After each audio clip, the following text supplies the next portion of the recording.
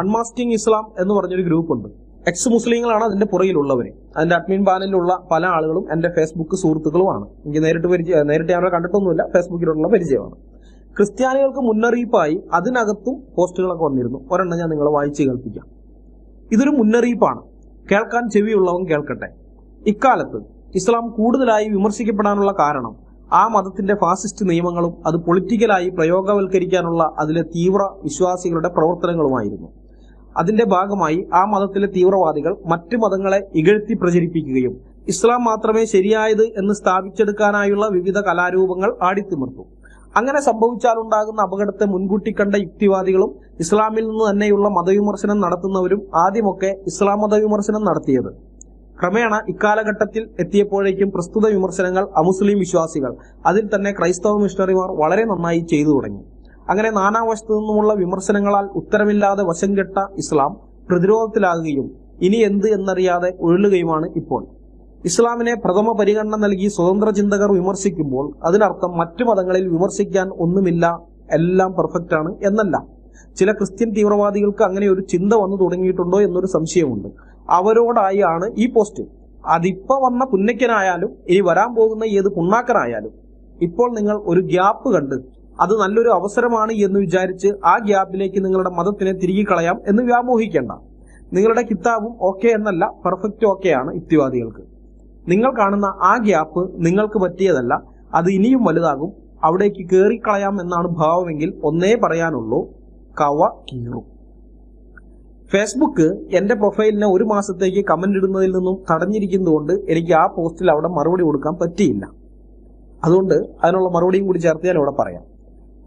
അത് ശരിക്കും പറഞ്ഞ ഒരു 8 കാലി വമ്മൂഞ്ഞി പോസ്റ്റും കൂടിയാണ് പറയുന്നത് കേട്ടോ. ഈ സ്നേഹസംവാദം പരിപാടിയൊക്കെ ആയിട്ട് മുസ്ലിങ്ങൾ ഇങ്ങനെയൊക്കെ വന്നു കഴിഞ്ഞപ്പോൾ അതിനെതിരെ എതിർത്തുകൊണ്ട് സംസാരിച്ചത് നിരീശ്വരവാദികളാണ്, യുക്തിവാദികളാണ്, എക്സ് മുസ്ലിംസ് ഒക്കെ ആണെന്നാണ്. അവരുടെ വിമർശനമൊക്കെ കഴിഞ്ഞ് കുറെ നാൾ കഴിഞ്ഞതിന് ശേഷമാണ് ക്രിസ്ത്യാനികളും അത് ഏറ്റുപിടിച്ചു വന്നതെന്ന്. ഇതാണ് 8 കാലി മമ്മൂഞ്ഞിസം എന്ന് പറയുന്നത്. എവിടെയാണ് ഈ സ്നേഹസംവാദം പരിപാടി അക്ബർ നടത്തി കഴിഞ്ഞു പോയിട്ട്, സ്നേഹസംവാദം പരിപാടി നടത്തി കഴിഞ്ഞു പോയിട്ട് മറ്റു മതങ്ങളെ നിന്ദിക്കുന്ന പരമത നിന്ദ നടത്തിക്കൊണ്ട് അക്ബർ ഇങ്ങനെയുള്ള പ്രോഗ്രാം നടത്തി പോയിട്ട് എവിടെയാണ് അതിന് മറുപടിയായിട്ട് നിരീശ്വരവാദികൾ ഒരു പ്രോഗ്രാം ചെയ്തിട്ടുള്ളത്? പറ, എവിടെയാണ്? ഒരെണ്ണെങ്കിലും നിങ്ങൾക്ക് എടുത്ത് പറയാനുണ്ടോ? ഒരെണ്ണം വേണ്ട, അരയല്ല കാല് എടുത്ത് പറയാനുണ്ടോ നിങ്ങൾക്ക്? അക്ബർ പ്രോഗ്രാം ചെയ്തു പോയ ഇടത്ത് വന്നിട്ട് ഒരു മറുപടി പറഞ്ഞത് ഒരിടത്തും ഇല്ല. കാരണം അത് നിരീശ്വരവാദികൾക്ക് മറുപടി പറയേണ്ടുന്ന കാര്യവും ഇല്ലാത്തൊരു സംഗതിയാണത്. കാരണം എന്ന് വെച്ച് കഴിഞ്ഞാൽ അധികവും ഹിന്ദുക്കളെയും ക്രിസ്ത്യാനികളെയുമാണ് അക്ബർ ആക്രമിച്ചിരിക്കുന്നത്. ഹിന്ദു മതഗ്രന്ഥങ്ങളെയും ബൈബിളിനെയൊക്കെയാണ് ആക്രമിച്ചിരിക്കുന്നത്. അപ്പൊ അങ്ങനെയുള്ള അടുത്ത് നിരീശ്വരവാദികൾക്കൊന്നും എന്ത് മറുപടി പറയാനാണ്? അവരൊന്നും വേണ്ടിയിട്ടില്ല. മറുപടി പറഞ്ഞിട്ടുള്ളത് അക്ബറുടെ സ്നേഹസംഭാവം എന്നൊക്കെ പറഞ്ഞ് പരമത നിന്ന് നടത്തിക്കൊണ്ടിരുന്ന സമയത്ത് പബ്ലിക്കായിട്ട് ആദ്യം ഒരു മറുപടി പറയുന്നതെന്ന് പറയുന്നത് ക്രിസ്ത്യാനികളാണ്. തിരുവട്ടാർ കൃഷ്ണൻകുട്ടി എന്ന് പറയുന്ന ദൈവദാസൻ പെരുമ്പാവൂര് വെച്ച് ചെയ്തു. അത് കഴിഞ്ഞ് തിരുവനന്തപുരത്തും വെച്ച് ചെയ്തു. നല്ല ക്ലാസ് ലെവലിലുള്ള മറുപടി അങ്ങ് കൊടുത്തു. ആദ്യമായിട്ട് ഈ ഹദീസുകളിലൊക്കെ പറഞ്ഞിരിക്കുന്ന വൃത്തികേടുകൾ ഒരു പബ്ലിക് സ്റ്റേജിൽ റോട്ടിൽ നിന്നുകൊണ്ട് അല്ലെങ്കിൽ റോഡരിയിൽ നിന്നുകൊണ്ട് പൊതുജനത്തിന്റെ മുമ്പാകെ വിളിച്ചു പറഞ്ഞ ഖ്യാതി എന്ന് പറയുന്നത് ഈ തിരുവട്ടാർ കൃഷ്ണൻകുട്ടിക്ക് തന്നെയാണ്. അദ്ദേഹമാണ് അത് ചെയ്തിട്ടുള്ളത്. ഇവരെ എഴുതുകയൊക്കെ ചെയ്തിട്ടുണ്ട്, നിരീശ്വരവാദികൾ എഴുതുകയും മറ്റും ചെയ്തിട്ടുണ്ട്. അവരുടെ മാസികകളിലൊക്കെ 4, 3, 7 പേര് വായിക്കുന്ന ഇവരുടെയൊക്കെ ചില മാസികകളുണ്ടല്ലോ, അതിനകത്തൊക്കെ ഇവരൊക്കെ എഴുതുകയൊക്കെ ചെയ്തിട്ടുണ്ട്, ഇല്ലാന്ന് ഞാൻ പറയുന്നൊന്നുമില്ല. പക്ഷെ മറുപടി കൊടുത്തു എന്നൊക്കെ പറഞ്ഞു കഴിഞ്ഞാൽ അത് തെറ്റാണ്. മറുപടി കൊടുത്തിട്ടുള്ളത് ക്രൈസ്തവർ തന്നെയാണ്. അത് കഴിഞ്ഞതിന് ശേഷം സാക്ഷി അപ്പോളജറ്റിക്സ് നെറ്റ്വർക്ക് രംഗത്ത് വന്നു. സാക്ഷി എന്ത് ചെയ്തു? അക്ബറോ അല്ലെങ്കിൽ മുഹമ്മദ് ഈസയോ ഒക്കെ എവിടെ പ്രോഗ്രാം വെച്ച് പോയിട്ടുണ്ടോ അതിന്റെ പുറകെ തന്നെ അവിടെ വന്ന് അവർ ആ പ്രോഗ്രാമിൽ അവിടെ ഉന്നയിച്ച കാര്യങ്ങൾക്ക് മറുപടി പറയുന്ന ആ ഒരു രീതി ഉണ്ടായിരുന്നു. എന്തുണ്ടായി? അക്ബറും നിർത്തി, ഈസയും നിർത്തി ഈ പരിപാടി. അപ്പൊ അങ്ങനെയുള്ള ആ സംഗതിയെ കുറിച്ചാണ് പറയുന്നത്. നിരീശ്വരവാദികളൊക്കെ ആദ്യമേ ഈ അപകടം മനസ്സിലാക്കി ഇതിനെ എതിർത്തിരുന്നു. അതിനുശേഷമാണ് ഇവർ വന്നത് ക്രിസ്ത്യാനികൾ. ഇനി സോഷ്യൽ മീഡിയയിലേക്ക് വന്നാലോ? അത് രസമാണ്.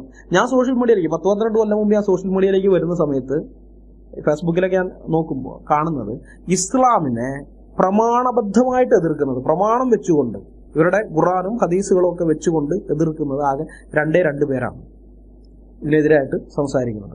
ബാക്കിയുള്ള ഇസ്ലാമിനെതിരെ സംസാരിക്കുന്ന ഫേസ്ബുക്ക് ഗ്രൂപ്പുകളിലൊക്കെ സംസാരിക്കുന്ന ടീംസ് എന്ന് പറഞ്ഞു കഴിഞ്ഞാൽ ഉസ്താദ് അന്ന് അവിടെ പീഡിപ്പിച്ചു, ഉസ്താദ് ഇന്ന് ഇവിടെ പീഡിപ്പിച്ചു, അവിടെ അങ്ങനെ നടന്നു ഇങ്ങനെ നടന്നു പറഞ്ഞിട്ട് ഇന്നത്തെ കാര്യങ്ങൾ മുസ്ലിങ്ങളുടെ ജീവിതത്തിൽ ഇന്ന് നടക്കുന്ന സംഭവങ്ങളെ അടിസ്ഥാനപ്പെടുത്തി മുസ്ലിങ്ങളെ കളിയാക്കുക അല്ലെങ്കിൽ വിമർശിക്കുകയാണ് ചെയ്തുകൊണ്ടിരുന്നത്. അല്ലാതെ പ്രമാണങ്ങളുടെ അടിസ്ഥാനത്തിലല്ല. അത് ചെയ്തത് ഞങ്ങളാണ്, ക്രൈസ്തവർ തന്നെയാണ്. കാരണം എന്ന് വെച്ച് കഴിഞ്ഞാൽ നിരീശ്വരവാദികൾ നമുക്കറിയാം, വാ പോയ കോടാലിയാണ്, അവർക്ക് എന്തും പറയാം. അവർ വാ പോയ കോടാലിയാണെന്ന് സമൂഹത്തിനറിയാം. അതുകൊണ്ട് തന്നെ അവർക്ക് എന്തും പറയാനുള്ള സ്വാതന്ത്ര്യം, ലൈസൻസ് സമൂഹം കൊടുത്തിട്ടുണ്ട്. പക്ഷേ ഒരു ക്രിസ്ത്യാനിയോ അല്ലെങ്കിൽ ഒരു ഹിന്ദുവോ വന്ന് ഇസ്ലാമിനെതിരെ സംസാരിച്ചു കഴിഞ്ഞാൽ അതിന്റെ അനന്തരഫലം എന്ന് പറയുന്നത് ഈ രണ്ട് സമുദായങ്ങൾ തമ്മിലുള്ള സ്പർദ്ധയാണ്. ചിലപ്പോൾ ഒരു വർഗീയ ലഹള തന്നെ നടക്കാനുള്ള സാധ്യതയുണ്ട്.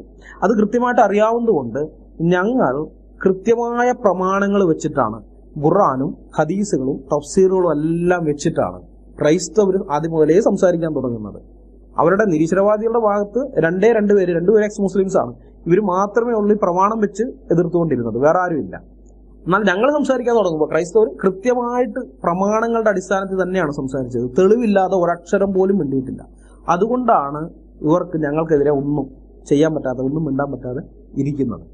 അതിനുശേഷമാണ് ഞങ്ങൾ ഈ ഹദീസുകളൊക്കെ ഇങ്ങനെ കാണിക്കാനൊക്കെ തുടങ്ങിക്കഴിഞ്ഞപ്പോൾ, ഖുർആൻ ആയത്തുകളും ഹദീസുകളും തഫ്സീറുകളൊക്കെ എടുത്തിടാനൊക്കെ തുടങ്ങിക്കഴിഞ്ഞ് അതൊക്കെ വായിച്ച് മനസ്സിലാക്കി കഴിഞ്ഞിട്ടാണ് പിന്നീട് നിരീശ്വരവാദികൾ എന്ത് ചെയ്യുന്നത്, പ്രമാണം വെച്ച് ഇവരെ വിമർശിക്കാൻ തുടങ്ങുന്നത്. അതുവരേക്കും ഇവരുടെ വിമർശനം മുഴുവനും ഉസ്താദിന്റെ കാര്യങ്ങളും അത് ഇതൊക്കെ ആയിരുന്നു.